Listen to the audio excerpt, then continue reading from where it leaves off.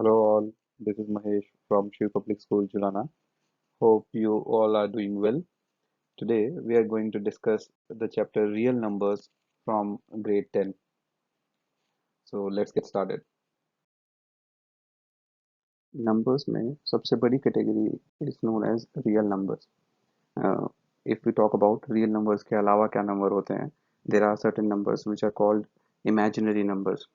Real जिसको हम समझते हैं यानी वास्तविक संख्याएं हैं ये जो आपको जीवन में आप देखते हो उनका इस्तेमाल करते हो तो इसके अंदर पॉजिटिव और नेगेटिव दोनों संख्याएं हैं ऑल दो हम प्रैक्टिकल वर्ल्ड में नेगेटिव नंबर्स को कहीं यूज़ नहीं करते हैं यानी आप कहीं भी in your day to day life आप कभी नेगेटिव नंबर्स को यूज़ नहीं करोगे लेकिन जब नंबर्स के साथ डायरेक्शन जुड़ जाती है तो हम नेगेटिव नंबर्स का भी इस्तेमाल करते हैं so then negative numbers are also used both the positive and negative numbers are a part of real numbers only so positive हो या नेगेटिव दोनों रियल नंबर्स में आते हैं इमेजिनरी नंबर एक अलग कैटेगरी है जो आपके स्कोप में फिलहाल नहीं है but I will give U a brief about it imaginary number क्या है वो ऐसे काल्पनिक संख्याएं हैं जो गणित में हम साइंस जो कि अप्लाइड मैथमेटिक्स फिजिक्स जो होता है वहाँ हम यूज़ करते हैं तो इमेजिनरी नंबर्स भी होते हैं जो मैथ में कैलकुलेशन उनकी आप उनको फाइनल आंसर नहीं दे सकते हैं देर इज समथिंग जिसको आयोटा कहा जाता है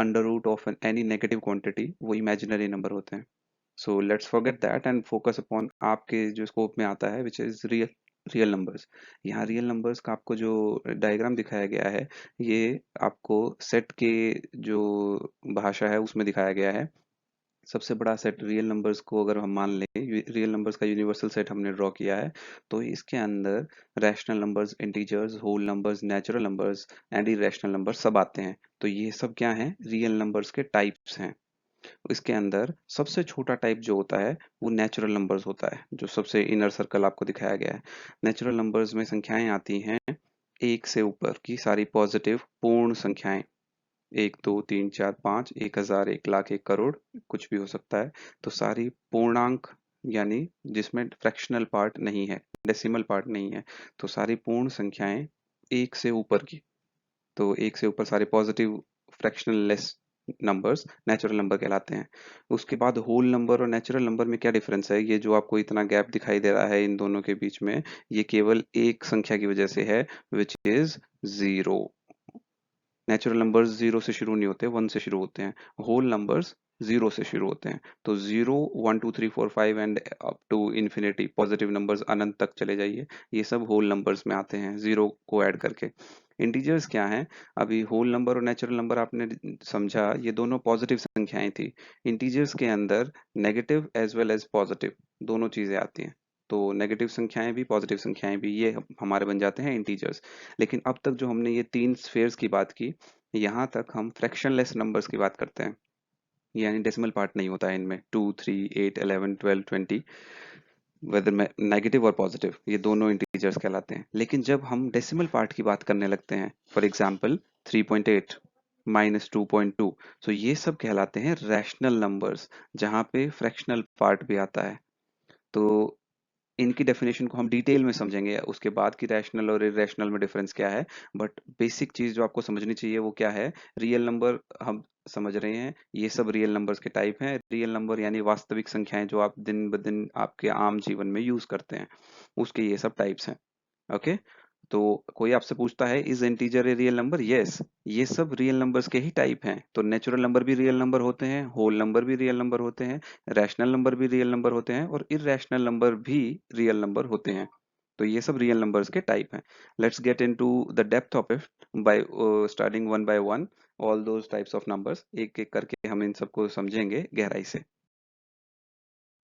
so here comes the first type which is real numbers जैसा अभी हमने समझा ये वो नंबर्स हैं जो आप यूज भी करते हैं लिख सकते हैं नंबर लाइन पे दिखाई भी देते हैं ये आप इनको आप वास्तविक जीवन में प्रयोग करते हैं इन्हें हम रियल नंबर्स कहते हैं इनको काउंटिंग इसके बाद हम इनके टाइप्स पढ़ते हैं टाइप्स हैं नेचुरल नंबर्स फर्स्ट जो हमने डिस्कस किया था सबसे छोटा हिस्सा रियल नंबर्स का ये एक से ऊपर की सारी पॉजिटिव संख्याएं हैं जो अभी हमने पिछले स्लाइड पे भी देखा सो इन्हें हम काउंटिंग नंबर्स भी कहते हैं तो ये आपको याद रखना है नेचुरल नंबर्स को काउंटिंग नंबर्स भी कहते हैं और ये जीरो से शुरू नहीं होते। दिस इज वेरी इंपॉर्टेंट, आपको याद रखना है। फ्रैक्शनलेस यानी इसके अंदर कोई भी डेसिमल पार्ट नहीं है। पॉजिटिव यानी कि जीरो से राइट साइड पे नंबर लाइन में, इसमें नेगेटिव संख्याएं नहीं आती। और एक से शुरू होता है, स्टार्टिंग फ्रॉम वन। तो ये तीन टुकड़े हैं इस डेफिनेशन के, फ्रैक्शनलेस होना, पॉजिटिव होना और स्टार्टिंग फ्रॉम वन। ये तीनों टुकड़े याद रखने हैं आपको नेचुरल नंबर की डेफिनेशन के लिए। फ्रैक्शनलेस हैं ये, पॉजिटिव संख्याएं हैं, एक से शुरू होती हैं, जीरो से नहीं। उसके बाद होल नंबर्स पे जब आओगे तो होल नंबर्स नेचुरल नंबर से एक ज्यादा होते हैं, बस वो एक ज्यादा संख्या क्या है, वो है जीरो। तो ये भी क्या है, fractionless positive numbers starting from zero. तो इसकी डेफिनेशन में नेचुरल नंबर से एक ही चीज अलग है कि they start from zero and not from one. तो इसके अंदर जीरो एक नई चीज है जो नेचुरल नंबर्स में नहीं थी। सो ये है natural numbers and whole numbers. Natural number को हम रिप्रेजेंट करते हैं कैपिटल एन से, ये इसका सिंबल होता है। तो आप लोगों को ये याद रखना है, कैपिटल एन जो है वो नेचुरल नंबर्स का सिंबल है। Then comes whole numbers, whole number का सिंबल है capital W. So it is very easy to remember, natural number starts from N, तो एन इसका सिंबल है। Whole number starts from W, तो W इसका symbol है। Let's move ahead. Next type is integers. Integers हमने पहली slide पे जो सेट रियल नंबर्स का था उसमें डिस्कस किया था। इंटीजर्स क्या हैं, जो आप नंबर लाइन देखते हैं, एक नंबर लाइन एक ऐसी रेखा जिस पे सारे नंबर्स ड्रॉन होते हैं, लेफ्ट और राइट दोनों पे इन्फिनेटली बढ़ती है और इसके सेंटर में जीरो होता है। तो जीरो के राइट साइड पे सारी संख्याएं क्या होती हैं, पॉजिटिव। जीरो के लेफ्ट साइड पे सारी संख्याएं क्या होती हैं, नेगेटिव। तो इंटीजर्स में पॉजिटिव और नेगेटिव दोनों संख्याएं आती हैं। अब तक हमने इससे पहले डिस्कस किए थे नेचुरल एंड होल नंबर्स, वो दोनों केवल जीरो के राइट साइड आते हैं, यानी जीरो के बाद पॉजिटिव संख्याएं। अब हम पहली बार नेगेटिव संख्याओं का जिक्र कर रहे हैं, ये आते हैं इंटीजर में। लेकिन इसमें भी एक और खास बात आपको जो याद रखनी है वो क्या है, कि ये भी फ्रैक्शनलेस होते हैं, इनके अंदर डेसिमल पार्ट नहीं होता। यानी जैसे आप जीरो के बाद लेफ्ट साइड पे चलेंगे तो इधर आपको पहली जो संख्या दिखाई देगी वो होगा -1, और जीरो के बाद राइट साइड पे चलेंगे तो आपको पहली संख्या दिखाई देगी वो है +1, +1। लेकिन इन दोनों के बीच में भी बहुत सारी संख्याएं होती हैं। जैसे यहाँ पे भी एक नंबर होता है, मान लीजिए ये -0.1 है, यहाँ पे भी एक संख्या होगी, मान लीजिए 0.1 है। ये दोनों इंटीजर्स में काउंट नहीं होते। क्यों? क्योंकि इंटीजर्स की डेफिनेशन कहती है कि उनमें फ्रैक्शनल पार्ट नहीं होना चाहिए। Integers are the numbers which can be positive or negative but they should be fractionless, no decimal part should be there। तो इसके अंदर सारे काउंटिंग नंबर्स भी आते हैं, यानी नेचुरल नंबर्स भी आते हैं, जीरो भी आता है इसके अंदर, सारे नेगेटिव नंबर्स भी आते हैं, सारे पॉजिटिव नंबर्स भी आते हैं, but only when there is no decimal part. तो ये वाला जो पार्ट है आपका डेफिनेशन का, ये बहुत जरूरी है याद रखना, इसमें भी डेसिमल पार्ट नहीं आता। ये सब आपको एग्जांपल्स दिए हुए हैं, ये सब क्या है, इंटीजर्स के टाइप हैं। एक नोट यहाँ हमने डाला है खास तौर पे, क्योंकि अभी तक जितने आपने टाइप समझे हैं इनके अंदर एक कॉमन चीज, एक कॉमन क्राइटेरिया क्या है, ये सब फ्रैक्शनलेस है। नेचुरल नंबर्स एक से ऊपर की सारी पॉजिटिव संख्याएं, होल नंबर्स जीरो से लेके आगे सारी पॉजिटिव संख्याएं, इंटीजर्स यानी नेगेटिव या पॉजिटिव दोनों तरफ की संख्याएं, लेकिन सभी फ्रैक्शनलेस होनी चाहिए।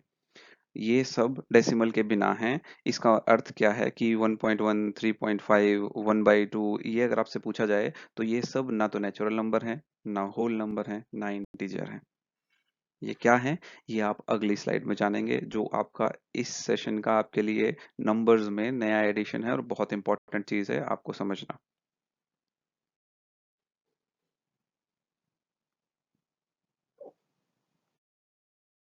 नेक्स्ट इसका पार्ट है रैशनल नंबर्स, जो अब आपके लिए बहुत ज़रूरी है, आपको बहुत ध्यान से समझना है। ये इससे पहले वाले टाइप आप पढ़ चुके हो पहले, लेकिन ये कुछ नया है। रैशनल नंबर्स क्या होते हैं, any number which can be represented in the form of P by Q, यानी पी बाई क्यू की फॉर्म में आप रिप्रेजेंट कर सको, जिसमें पी और क्यू दोनों इंटीजर होने चाहिए और क्यू जो है जीरो के बराबर नहीं होना चाहिए। ऐसा क्यों कहा गया है, मान लीजिए मैं लिख देता हूं 2/0, तो किसी भी चीज को आप जीरो से डिवाइड कर सकते हो क्या? अगर आप किसी भी चीज को जीरो से डिवाइड करोगे तो ये मैथमेटिकली अनडिफाइंड है, इसको हम इंफिनिटी भी बोलते हैं या अनडिफाइंड, इसकी कोई वैल्यू नहीं होती। इसलिए ये कंडीशन है कि कोई भी नंबर जो पी बाई क्यू की फॉर्म में रिप्रेजेंट किया जा सके और उसमें नीचे वाला जो पार्ट है क्यू, जिसको हमने बोला डेनोमिनेटर, वो जीरो नहीं होना चाहिए। एंड इसमें अगर आप पी बाई क्यू को डेसिमल फॉर्म में कन्वर्ट करते हो, यानी उसको जब आप उसको डिवाइड करके उसका नंबर निकालते हो, तो वो जो नंबर है वो या तो आना चाहिए टर्मिनेटिंग, यानी खत्म हो जाए, या फिर देखो ये दो चीजें लिखी हैं, या तो टर्मिनेटिंग हो या फिर नॉन टर्मिनेटिंग बट रिपीटिंग हो। ये क्या, इस चीज का क्या मतलब है, तो चलिए मैं आपको बताता हूं। जैसे अगर मैंने कहा 2/4 मान लीजिए, इसका आंसर क्या आएगा? This will be 0.5। Am I right? तो इट विल बी 0.5। तो इसमें क्या हुआ, 0.5 पे खत्म हो गया, आगे नहीं जा रहा है ये। तो डेसिमल आया, लेकिन डेसिमल के बाद एक संख्या आके आपका आंसर कंप्लीट हो गया। तो this is called terminating. Terminate करना मतलब खत्म हो जाना, इसका आंसर खत्म हो गया। लेकिन अगर मैं आपको एक और एग्जाम्पल दूं, 10 को डिवाइड करिए 3 से, 10 डिवाइडेड बाई 3, आंसर क्या आएगा? तो दिस विल बी 3.333। कितनी बार 3 डालोगे इसमें? कितनी बार भी डाल सकते हो आप, ये खत्म नहीं होगा। तो इसको 3.3 बार लिख सकते हैं हम, मतलब 3 रिपीट हो रहा है इसके बाद। तो ये जो है लगातार रिपीट होते जाता है, तो 3.3333 ये खत्म नहीं हो रहा। तो इसका जो डेसिमल पार्ट है वो नॉन टर्मिनेटिंग है, यानी खत्म नहीं हो रहा, लेकिन रिपीटिंग है, जो इसके बाद नंबर रिपीट हो रहे हैं। तो इन दोनों में से किसी भी प्रकार का नंबर जो पी बाई क्यू की फॉर्म में रिप्रेजेंट करो, और उसका जो जवाब है फाइनल सॉल्यूशन, या तो टर्मिनेट हो जाए, जैसे 2/4 टर्मिनेट हो गया, जैसे 3/2 टर्मिनेट हो जाता है, 3 को 2 से डिवाइड करते हैं तो आंसर आता है 1.5, तो वो टर्मिनेट हो गया। या फिर ऐसा हो जैसे 10/3 है, ये टर्मिनेट नहीं हो रहा है, यानी इसका डेसिमल पार्ट कहीं भी खत्म नहीं हो रहा, कितनी बार भी 3 लिख सकते हो, लेकिन रिपीट होता है, तो नॉन टर्मिनेटिंग बट रिपीटिंग। तो इससे आपकी डेफिनेशन कंप्लीट होती है। रैशनल नंबर वो नंबर हैं जिनको आप पी बाई क्यू की फॉर्म में लिख सकते हो, ऐसे जैसे 2/4, 10/3 आपने लिखा, तो पी बाई क्यू, जिसमें पी और क्यू दोनों इंटीजर्स हैं। और जब इनको आप डेसिमल फॉर्म में लिखते हैं, तो डेसिमल पार्ट जो है इसका, दशमलव के बाद वाला हिस्सा, ये वाला हिस्सा या तो टर्मिनेटिंग होना चाहिए, ये है ऑप्शन एक, या तो टर्मिनेटिंग हो, या फिर दूसरा ऑप्शन क्या है, नॉन टर्मिनेटिंग बट रिपीटिंग हो, जिसमें वो खत्म तो नहीं हो रहा, नॉन टर्मिनेटिंग है, लेकिन रिपीट हो रहा हो। जैसे ये है 10/3, इसका आंसर 3.333333, कितनी बार भी 3 लिख सकते हो आप। तो ये नॉन टर्मिनेटिंग बट रिपीटिंग है। तो ऐसे नंबर्स को हम रैशनल नंबर कहते हैं। तो ये आपकी डेफिनेशन है। आई होप आपको समझ में आ गया होगा। जो पी वाई क्यू की फॉर्म में लिखे जाएं, पी और क्यू दोनों इंटीजर हैं, और उनको जब डेसिमल फॉर्म में लिखें तो डेसिमल पार्ट या तो टर्मिनेटिंग होना चाहिए या नॉन टर्मिनेटिंग बट रिपीटिंग, ऐसे नंबर्स को हम रैशनल नंबर कहते हैं। अब इसी के ऑपोजिट इररेशनल नंबर कौन से होते हैं?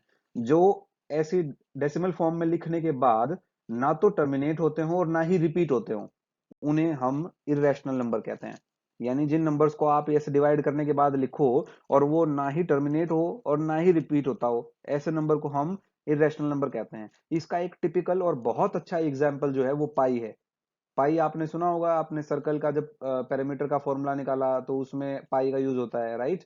तो पाई की वैल्यू क्या होती है, हम पाई को बोलते हैं, pi is approximately equal to 22/7। आपके दिमाग में पहला सवाल ये आना चाहिए, 22/7 तो पी बाई क्यू की फॉर्म है, और क्यू इसमें नॉट इक्वल टू 0 भी है, तो ये रैशनल क्यों नहीं है, इरेशनल क्यों है?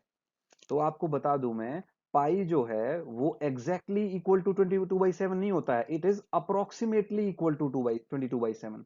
इसको अप्रोक्सीमेट बोला गया है। तो पाई की जब आप एग्जैक्ट वैल्यू निकालने चलते हैं, तो पाई एक्चुअली 22/7 नहीं होता, इसकी वैल्यू 3.14 जो यहाँ लिखी है 14159, इसके बाद आप लिखते चले जाओ 11-12 प्लेसेस के बाद, ये चेंज होती रहती है, ये रिपीट नहीं होती है। तो क्योंकि ये वैल्यू ना तो रिपीट हो रही है और ना ही टर्मिनेट हो रही है, इसलिए हम पाई को इररेशनल नंबर कहते हैं। ये बहुत अच्छा एग्जाम्पल है, कॉम्पिटिटिव एग्जाम में पूछा जाता है, तो आपको याद रखना है कि पाई रैशनल नंबर नहीं है। और कोई आपसे बोले कि पाई की वैल्यू 22/7 है, फिर भी रैशनल क्यों नहीं है, तो उसका जवाब ये है कि पाई एग्जैक्टली 22/7 नहीं होता है, ये अप्रोक्सीमेटली 22/7 होता है। और इसकी एग्जैक्ट वैल्यू जब आप इसको निकालोगे आगे, तो ये कहीं भी रिपीट नहीं होती। डेसिमल वैल्यू आप काउंट करते चले जाओ, ये कहीं भी रिपीट नहीं होती है। So I hope this makes it clear कि रैशनल क्या होता है और इररेशनल क्या होता है। ओके, ये चीजें बहुत इंपॉर्टेंट है याद रखना कि डेसिमल पार्ट टर्मिनेटिंग क्या होता है, डेसिमल पार्ट जहां खत्म हो जाता है, किसी भी चाहे कितनी भी संख्या पे हो जाए वो, यानी मान लीजिए 0.512, 3 प्लेसेस के बाद भी खत्म हो गया, लेकिन खत्म हो गया, चाहे वो 11 प्लेसेस के बाद खत्म हो जाए, तो ये टर्मिनेटिंग है। नॉन टर्मिनेटिंग का मतलब वो खत्म ही नहीं होता है, उसके डेसिमल पार्ट लगातार चलता जाता है। जैसे ये एग्जांपल बहुत सिंपल है, आपको समझ में आएगा, 10/3, इसको 3.3333 कितनी बार भी लिख दीजिए खत्म नहीं होगा। तो ये नॉन टर्मिनेटिंग है बट रिपीटिंग है, तो ये बन गया रैशनल। लेकिन ये अगर रिपीटिंग भी ना हो तो ये बन जाएगा irrational. So this is rational and irrational numbers. पढ़ते हैं, आपको रियल नंबर नंबर लाइन पे समझाए गए हैं। अब नंबर लाइन मैंने आपको बताया क्या होता है, दोनों एंड पे असीमित बढ़ती है, इसीलिए हम हमेशा इसको ऐसे एरो से दिखाते हैं। इसका मतलब इसका कोई एंड नहीं है। तो लाइन सेगमेंट जो होती है वो ऐसे छापी जाती है। लाइन सेगमेंट का मतलब क्या है, ये यहाँ बंद है, इसके आगे नहीं बढ़ रही है ये। अगर दोनों एंड पे आप पॉइंट लगा देते हो तो इसका मतलब ये लाइन सेगमेंट है। ये एक लाइन है जो एक तरफ पे आगे बढ़ रही है, और दोनों तरफ से भी बढ़ने वाली लाइन हो सकती है जो दोनों डायरेक्शन में इनफाइनाइट जा रही हो। तो ऐसी एक लाइन नंबर लाइन होती है, इस पे आप सारे नंबर को रिप्रेजेंट कर सकते हो। यहाँ आपको दिखाया गया है, जीरो के बाद 1 2 3 4 5 6 नंबर्स आपको दिए गए हैं। और जो पूर्ण संख्याएं होती हैं वो नेचुरल नंबर बन जाते हैं, 1 2 3 4, 1 से आगे वाले। जीरो को काउंट कर लेते हैं तो होल नंबर बन जाते हैं, और इस तरफ वाले नेगेटिव नंबर्स को काउंट कर लेते हैं तो इंटीजर बन जाते हैं। Okay, The next topic is Euclid's division lemma. So firstly, I want to tell you, just don't be confused or nervous that this is something which is very strange. या आप पहली बार देख रहे हैं, बहुत बड़ी चीज़ है, ऐसा कुछ नहीं है। लेमा का मतलब होता है थ्योरम। ये एक बहुत बेसिक सी सिंपल सी थ्योरम है जिसको एक्चुअली थर्ड फोर्थ ग्रेड के स्टूडेंट्स भी समझ सकते हैं। क्यों? क्योंकि ये बेस्ड है डिवीजन पे। जिसको भाग करना, डिवाइड करना आता है, उनको ये समझना बहुत ईजी है, जो कि आई होप आप सबको बहुत अच्छे से आता होगा। What is Euclid's division lemma? It says for any integer, for any positive or negative integer, there exists two such quantities which can represent that number in this given equations form. A is equal to bq plus r. अब आपको ये equation कुछ नई लग सकती है, लेकिन मैं आपको बता दूं ये बिल्कुल भी नई नहीं है, आप बहुत अच्छे से इससे वाकिफ हो। ये इक्वेशन कैसे आती है? किसी भी नंबर को अगर आप डिवाइड करते हो तो डिवीजन में पहले मैं आपको एक चीज समझाना चाहता हूँ। तीन एंटिटीज होते हैं जो आप जानते हैं, लेकिन मैं केवल उनके नाम आपको रिव्यू करना चाहता हूँ फिर से। तो if I say that I need to divide A, मैं ए एक संख्या है उसको डिवाइड करना चाह रहा हूँ। किससे डिवाइड कर रहा हूँ? मैं उसको डिवाइड कर रहा हूँ बी से। So let's say a is being divided by b। अब मान लीजिए इसको सॉल्व करने के बाद ये पूरी तरीके से डिवाइड नहीं होता। जब भी कोई नंबर पूरी तरीके से डिवाइड ना हो तो उस केस में क्या होता है, एक तो कोशेंट आएगा q, जिसे हम कहते हैं, मान लीजिए q, मैंने इसको सिंबल दे दिया, और यहाँ कुछ भी डिवीजन के बाद फाइनली लेट्स से r एक रिमाइंडर बच गया। तो इस डिवीजन में चार यहाँ एंटिटीज हैं। तो वो एंटिटीज क्या क्या हैं? फर्स्टली ए एक एंटिटी है। ए जिसको हमने डिवाइड किया है, ये एंटिटी कहलाता है डिविडेंड, जिसको डिवाइड किया गया है। तो that is called dividend, first चीज जो आपको याद रखनी है। सेकंड इज, तो ये ए एंटिटी क्या कहलाया? डिविडेंड। यहाँ हमने लिखा है, मैं इसको इनसर्कल कर देता हूँ। This is called dividend, A is dividend here. हमने जो ऊपर इक्वेशन लिखी है उसमें ए डिविडेंड है। उसके बाद बी, जिससे डिवाइड किया है। सो फॉर एग्जाम्पल मैं कहूँ अगर कि 12 को डिवाइड करिए 2 से, तो 12 उसमें हो जाएगा डिविडेंड। 2 से डिवाइड करिए तो वो 2 हमारा डिविजर होगा, यानी किससे डिवाइड किया है, तो that is divisor. So divisor इस इक्वेशन में हमारे में क्या है? बी है, जिससे डिवाइड किया गया है उसे डिविजर कहते हैं। उसके बाद जो आंसर आता है आपका, यानी 12 को मैंने अगर 2 से डिवाइड किया तो मेरे पास आंसर आया 6। तो 6 उसमें क्या बन जाता है? कोशेंट। जो आपको आंसर मिलता है दैट इज कोशेंट। ये आंसर का एक टुकड़ा है। कई बार ऐसा हो जाता है कि वो पूरी तरीके से डिवाइड नहीं होता। फॉर एग्जाम्पल मैं 13 को कहूँ आप 2 से डिवाइड करिए, divide 13/2। So if you will divide 13/2, you will get quotient equal to 6. 2 6 are 12. But there will be something left out of it. तो 13 में से आप 12 को सब्ट्रैक्ट करोगे तो एक रिमाइंडर बचेगा। तो जो शेष बचता है, हिंदी में शेष कहते हैं, दैट इज कॉल्ड रिमाइंडर। तो ये रिमाइंडर बच गया। तो रिमाइंडर को हमने किससे रिप्रेजेंट किया है? आर से। तो ये चार एंटिटीज को आपको समझना है यूक्लिड्स डिवीजन लेमा समझने के लिए। तो आपको ये डिवीजन प्रोसेस बहुत पहले से आता है, फोर्थ फिफ्थ ग्रेड से आप रिमाइंडर वाले क्वेश्चंस कर सकते हैं मैथमेटिक्स में। तो इसी चीज को जब एक इक्वेशन में डाल दिया गया तो इसे यूक्लिड्स डिवीजन लेमा कहा गया है। ये यूक्लिड डिवीजन लेमा क्यों बना? क्योंकि इसका एप्लीकेशन है, इससे हम एचसीएफ एलसीएम निकाल सकते हैं। इन्होंने बताया था कि कोई भी नंबर को आप इस इक्वेशन में रिप्रेजेंट कर सकते हो, जो कि ट्रू है। कोई भी नंबर है, आप उसको, ये कोई भी एक नंबर ए की जगह आप रख के बी, क्यू और आर की फॉर्म में रिप्रेजेंट कर सकते हैं। जैसे कि आप मुझे कहिए, फॉर एग्जांपल मैं कहता हूँ, वी कैन रिप्रेजेंट 17, जो आपको पहला इक्वेशन दिया गया है, यहाँ ये पहला आपको एग्जांपल दिया गया है, 17 को आपने रिप्रेजेंट किया है बी क्यू प्लस आर की फॉर्म में, जिसमें आपने बी लिया है 3, यानी 17 को 3 से डिवाइड किया है हमने, तो कोशेंट कितना आएगा, 5 आएगा। तो यहाँ कोशेंट उसमें मल्टीप्लाई किया और रिमाइंडर उसमें ऐड कर दिया, तो ये आपको 17 के बराबर मिल जाएगा। तो कोई भी चीज को आप इस इक्वेशन की फॉर्म में रिप्रेजेंट कर सकते हो, किसी भी नंबर को। सेकंड एग्जांपल हमने दिया है 24 को, 24 को हमने रिप्रेजेंट किया है, 7 हमने अगर डिविजन लिया तो क्वोशंट क्या आएगा, 7 3 जा 21, तो 7 इंटू 3, रिमाइंडर क्या बचेगा, 3। तो आप किसी भी नंबर को a is equal to B Q plus R की फॉर्म में लिख सकते हैं, जिसमें b जो होता है डिविजर है, यानी किससे डिवाइड कर रहे हैं आप, q जो है वो उसका कोशेंट है, r जो है वो रिमाइंडर है। तो किसी भी नंबर को a is equal to B Q plus R की फॉर्म में हम रिप्रेजेंट कर सकते हैं। ये ही है Euclid's division lemma. Very simple, very easy. आपको ये जानना है केवल कि ये इक्वेशन में ये चीजें क्या क्या हैं। A is equal to B Q plus R, A जो है वो डिविडेंड है, यानी जिसको हम डिवाइड कर रहे हैं, बी जो है वो डिविजर है जिससे डिवाइड कर रहे हैं, क्यू कोशेंट है डिवाइड करने के बाद जो आपका आंसर आता है, आर रिमाइंडर है, अगर पूरी तरीके से डिवाइड नहीं होता तो जो शेष बचता है वो संख्या कहलाती है रिमाइंडर। अब ये दिया गया है, रिमाइंडर की वैल्यू हमेशा जीरो के इक्वल या जीरो से ग्रेटर हो सकती है, और बी से जो आपका डिविजर है उससे छोटी हो सकती है। ये तो ऑब्वियस सी बात है, क्योंकि किसी को भी आप डिवाइड करोगे तो डिवाइड करने के बाद जो रिमाइंडर बचेगा वो डिविजर जितना तो बच ही नहीं सकता है, क्योंकि डिविजर जितनी अगर रिमाइंडर बचेगा तो वो उसको हम आगे एक बार और डिवाइड कर देंगे, और वो कोशेंट में एक नंबर बढ़ जाएगा और रिमाइंडर जीरो हो जाएगा। तो जो रिमाइंडर है वो शेष बची ये जो संख्या है, ये कभी भी डिविजर के बराबर नहीं हो सकती और नेगेटिव नहीं हो सकती।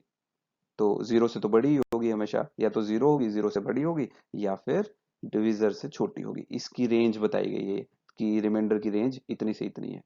तो that is pretty simple. I hope आपको समझ में आ गया होगा। यूक्लिड्स डिवीजन लेमा क्या कहता है, किसी भी नंबर को आप a is equal to B Q plus R की फॉर्म में रिप्रेजेंट कर सकते हैं।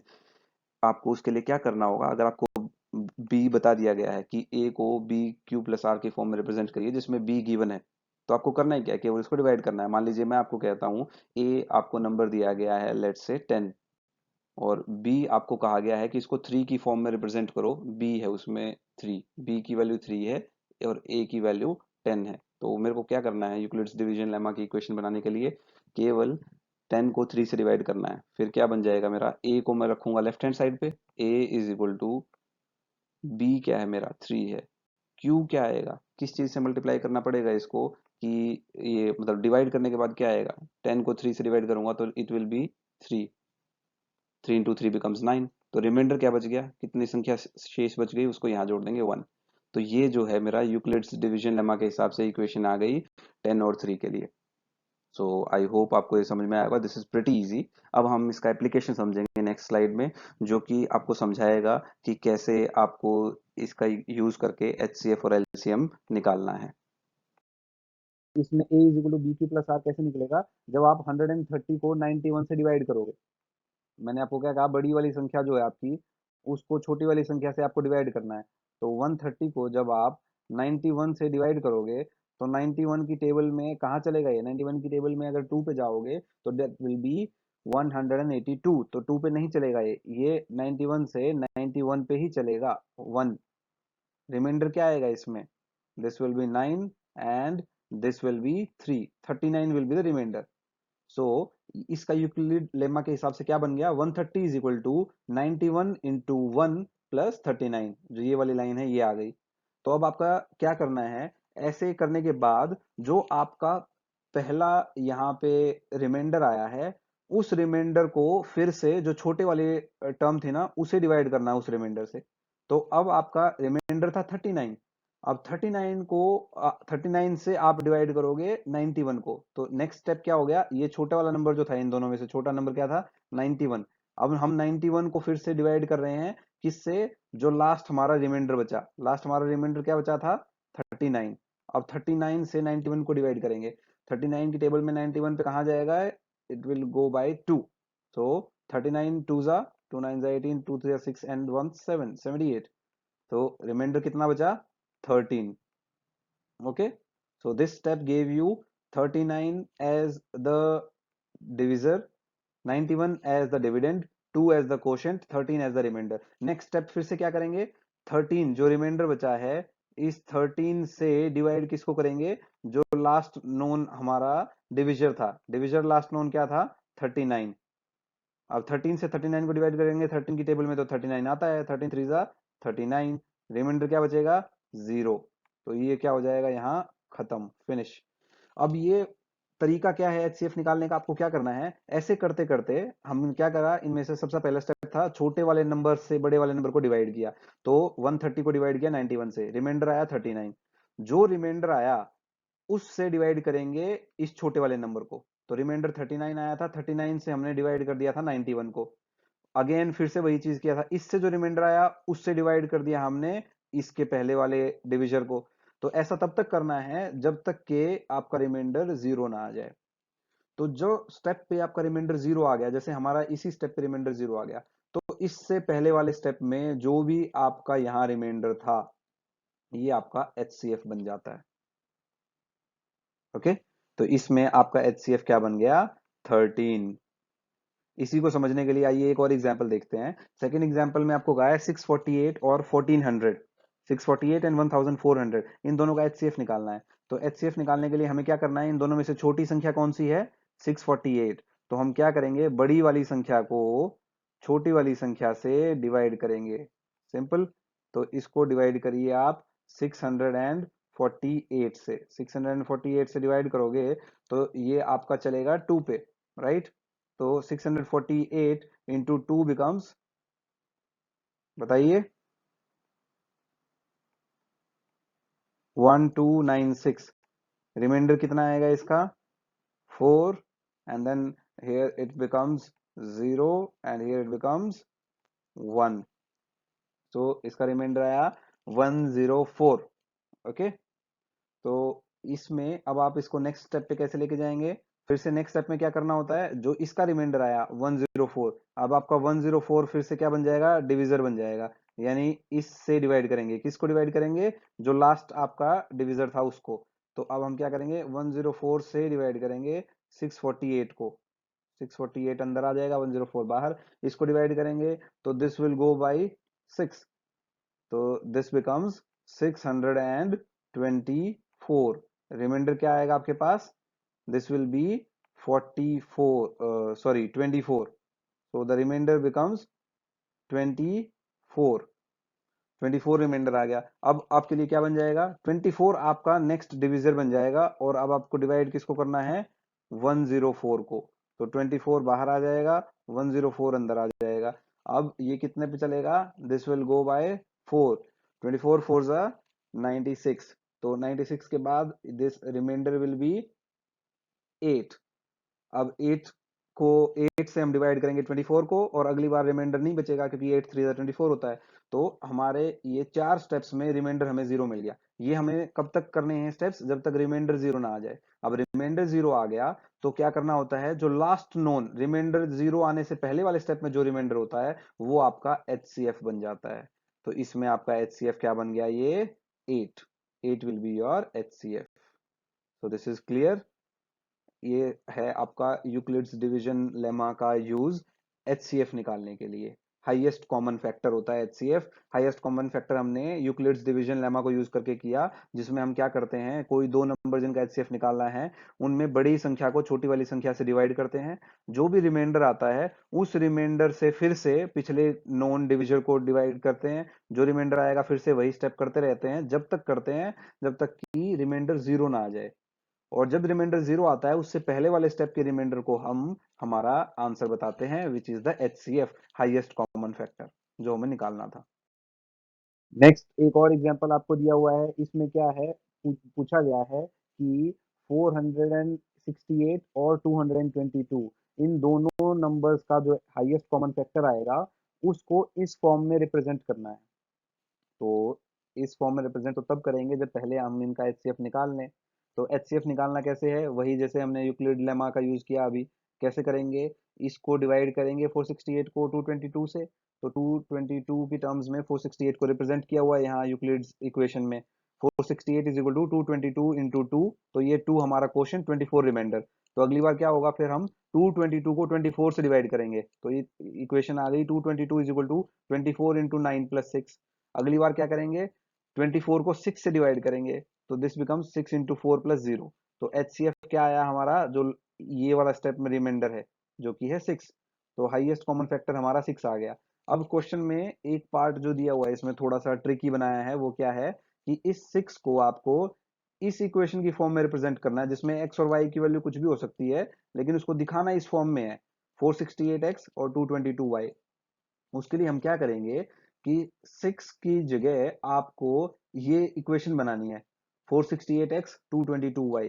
तो आप क्या करो, इसमें हमने इसमें क्या किया है कि आपने जो ये इससे पहले के यूक्लिड्स इक्वेशन निकाली हैं, इनमें से ऐसी वैल्यूज को पिक किया जिसमें हम 468 और 222 की टर्म्स में रिप्रेजेंट कर सकें। तो वो कैसे करेंगे, 6 कौन सी इक्वेशन में था, इस इक्वेशन में 6 है, तो इसमें इक्वेशन में हमने 6 को एक तरफ रखते हैं, राइट हैंड साइड में से मैंने 6 अलग रख लिया और बाकी चीजों को दूसरी साइड पे लेके चला गया। तो इसमें क्या है, 222 माइनस 24 टाइम्स 9, ये है। अब मैंने क्या किया, 24 की वैल्यू इक्वेशन 1 में से निकाल लूंगा मैं और वो यहां रख दूंगा। तो अब ये क्या आ जाएगा इधर, 222 माइनस, अब 24 इंटू 9 है, 24 की वैल्यू मुझे इसमें से निकालनी है। 24 की वैल्यू इस इक्वेशन, पहली इक्वेशन में से, अगर मैं इसको इक्वेशन नंबर 1 कहता हूं, इक्वेशन 1 में से 24 की वैल्यू क्या आएगी, 24 राइट हैंड साइड पे रह जाएगा, इसको ऑपोजिट साइड ले जाएंगे, तो 24 की वैल्यू क्या आ जाएगी, 468 माइनस, ये सब ब्रैकेट के अंदर होगा क्योंकि हमें ये साइन चेंज नहीं करने हैं।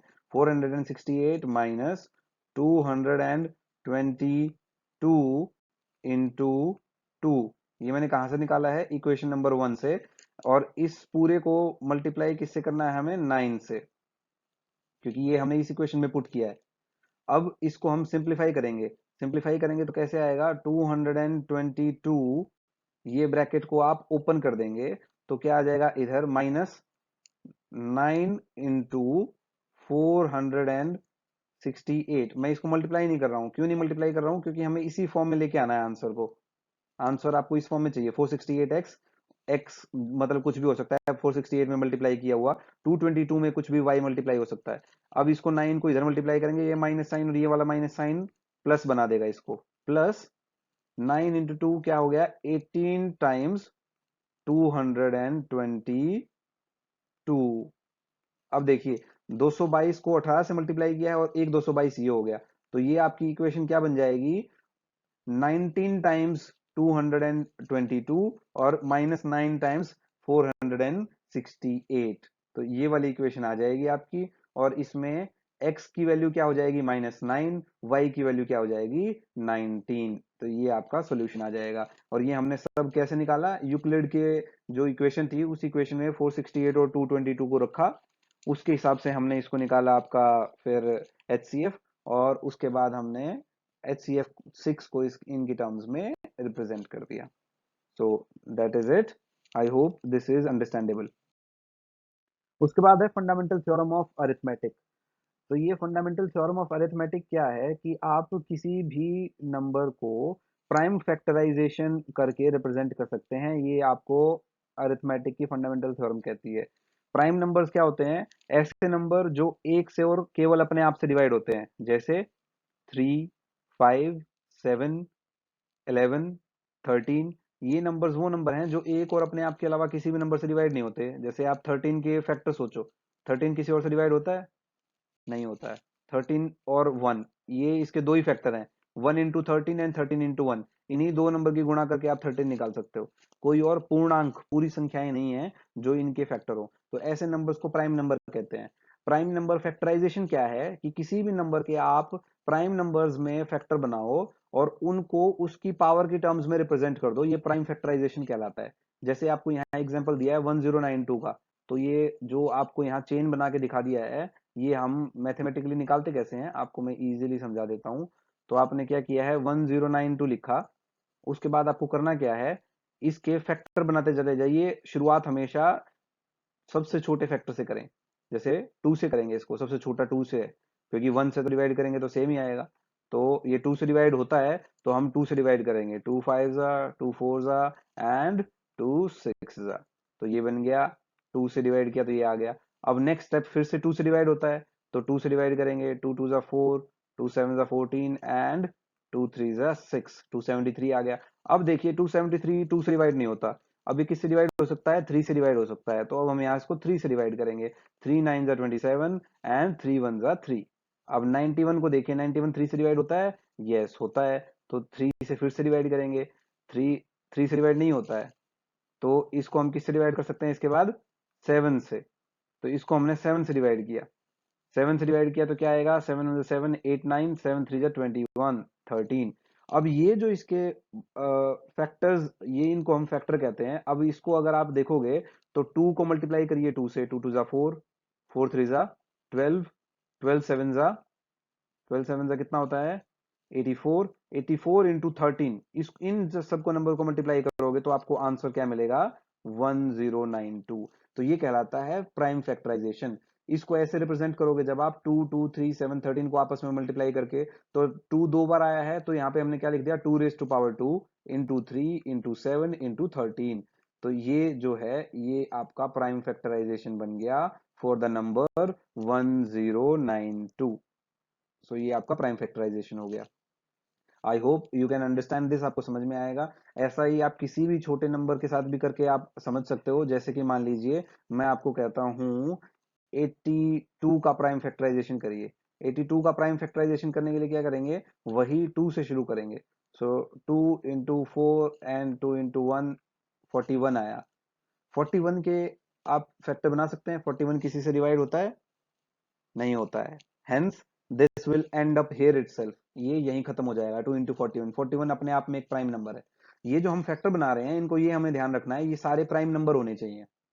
ओके, सो ये प्राइम फैक्टराइजेशन कहलाता है। इसमें हम क्या करते हैं, अंत में अगर कोई नंबर रिपीट हो रहा है, जैसे यहाँ पे 2 और 2 रिपीट हुए, तो हम उसकी पावर बना देते हैं उसको, क्योंकि 2 into 2 becomes 2 raise to power 2, 2 की power 2, 2 raise to power 2 into 3 into 7 into 13। ये डेसिमल नहीं है, डॉट का मतलब क्या है, मल्टीप्लाई किया हुआ है आपस में। ओके, अब हम प्राइम फैक्टराइजेशन क्यों समझी, क्योंकि प्राइम फैक्टराइजेशन का यूज करते हैं हम एलसीएम और एचसीएफ निकालने के लिए। आइए अब उसका एप्लीकेशन समझते हैं। एलसीएम होता है लीस्ट कॉमन मल्टीपल, और एचसीएफ होता है highest common factor. Least common multiple का क्या मतलब है, सबसे छोटा वो संख्या जो किसी दो नंबर दोनों के टेबल में आता है। जैसे यहाँ पे एग्जांपल है 6 और 20, 6 की टेबल में भी आना चाहिए वो नंबर, 20 की टेबल में भी आना चाहिए। 6 की टेबल आप अगर सोचोगे, 6 1 जा 6, 6 2 जा 12, 6 3 जा 18, 6 4 जा 24, 6 5 जा 30, 6 6 जा 36, 6 7 जा 42। ऐसे करते करते कोई ऐसा नंबर है जो 20 की टेबल में भी आया और 6 की टेबल में भी आया, होता है, वो होता है 60। 6 10 जा 60 और 23 जा 60। तो ये इसका एलसीएम बनेगा, least common multiple.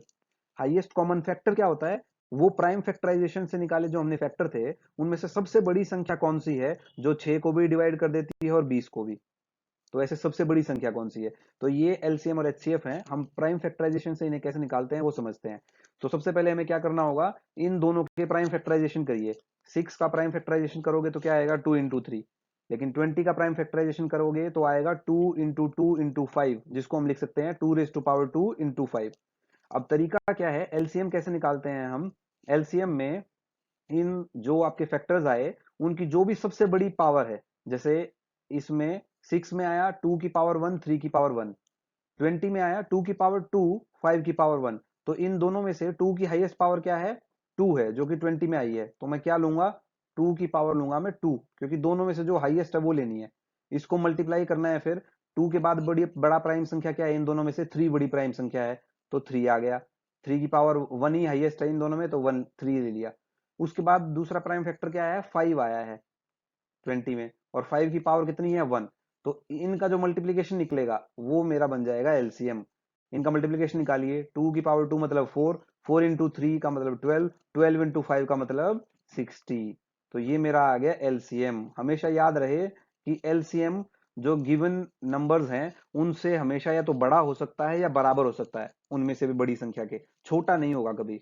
Highest common factor छोटा भी होता है। हाईएस्ट कॉमन फैक्टर का मतलब ही क्या है? वो संख्या, सबसे बड़ी संख्या जो इन दोनों का फैक्टर है, जो इन दोनों को डिवाइड कर सकती हो। तो उनमें से जो छोटी संख्या है अपने आप ही वो उससे छोटा बन जाएगा, या उतना ही होगा या उससे छोटा होगा।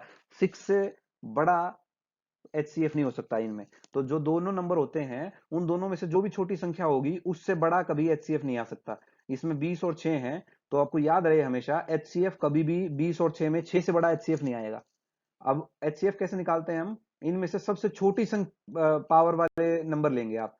तो 6 के फैक्टर्स जो हैं वो हैं 2 और 3, ये है 6। जबकि 20 का प्राइम फैक्टराइजेशन क्या है? 20 में है 2 रेज टू पावर 2 इंटू 5, तो ये है 20 के फैक्टर्स। तो एचसीएफ निकालने के लिए हमें क्या करना है? इनमें से जो कॉमन चीज है और उसकी सबसे छोटी पावर, इन दोनों में देखोगे आप तो कॉमन चीज क्या है? 2 कॉमन है।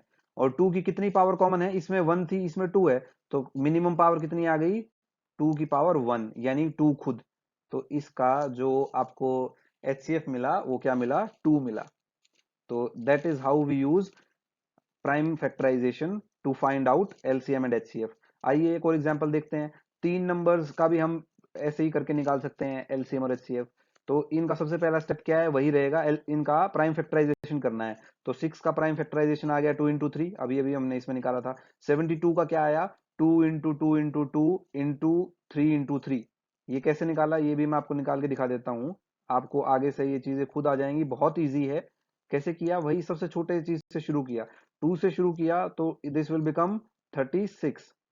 उसके बाद 36 को भी 2 से किया, तो इसमें आया 18, राइट। उसके बाद भी 2 से हो जाता है, 2 9 जा। उसके बाद 3 पे जाना पड़ेगा क्योंकि 2 से 9 डिवाइड नहीं होता, 3 3 जा। और उसके बाद किस पे चलेगा? ये 3 पे ही, 3 1 जा। अब ये जो फैक्टर बन गए, 3 आया 2 बार और 2 आया 3 बार, ये बन गया 72, 2 raise to power 3 into 3 raise to power 2।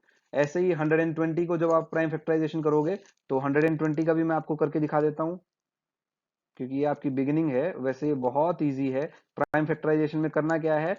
2 से शुरू करना है और जब तक डिवाइड होता रहे तब तक डिवाइड करना है।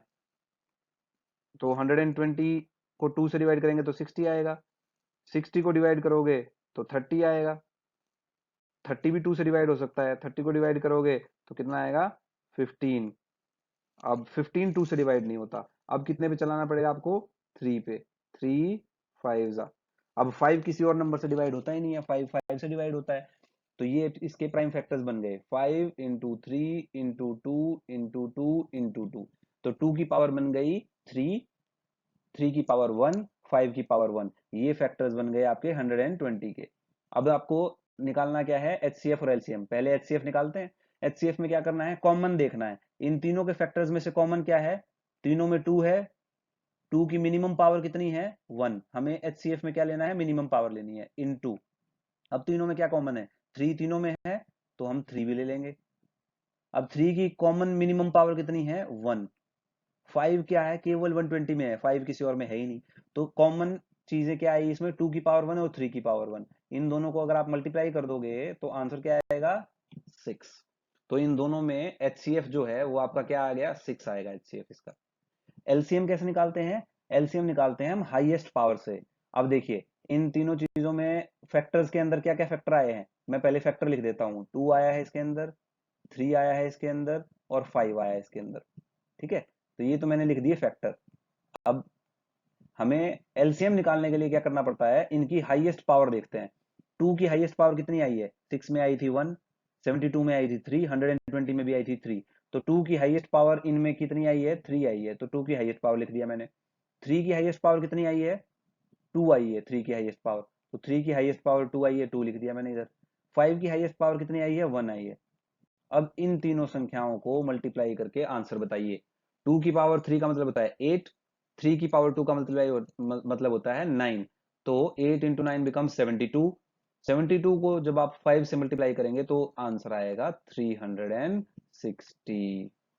तो ये आपका निकल के आता है एलसीएम, जो आपको यहां बताया गया है। तो एलसीएम एंड एचसीएफ निकालना सीखा हमने प्राइम फैक्टराइजेशन मेथड से। बहुत इजी है, आपको केवल सही पॉइंट्स पे ध्यान देना है, डिवाइड करना है, 2 से शुरू करिए और सारे प्राइम फैक्टर्स से डिवाइड करना है। और प्राइम आपको याद रखने हैं, केवल आप 10 तक के प्राइम नंबर भी याद रख लेंगे, उतने से सॉल्व हो जाएगा वो। 2, 3, 5, 5 के बाद अगला प्राइम नंबर होता है 7, 7 के बाद अगला प्राइम नंबर 9 नहीं होता है, क्योंकि 9 का फैक्टर होता है 3। 7 के बाद प्राइम फैक्टर होता है 11, 11 के बाद प्राइम फैक्टर होता है 13, 13 के बाद प्राइम फैक्टर होता है 17, 17 के बाद 19। इतने तक के प्राइम फैक्टर आप याद रख लो, इनसे सॉल्व हो जाएगा। तो आपको ऐसे डिवाइड करते रहना है, जो भी आए उसको ऐसे पावर के फॉर्म में लिख लीजिए। 2 3 बार आ रहा था यहाँ 120 में, तो हमने 2 रेज़ टू पावर 3 लिख लिया। तो ऐसे करके सॉल्व करना है। That was it.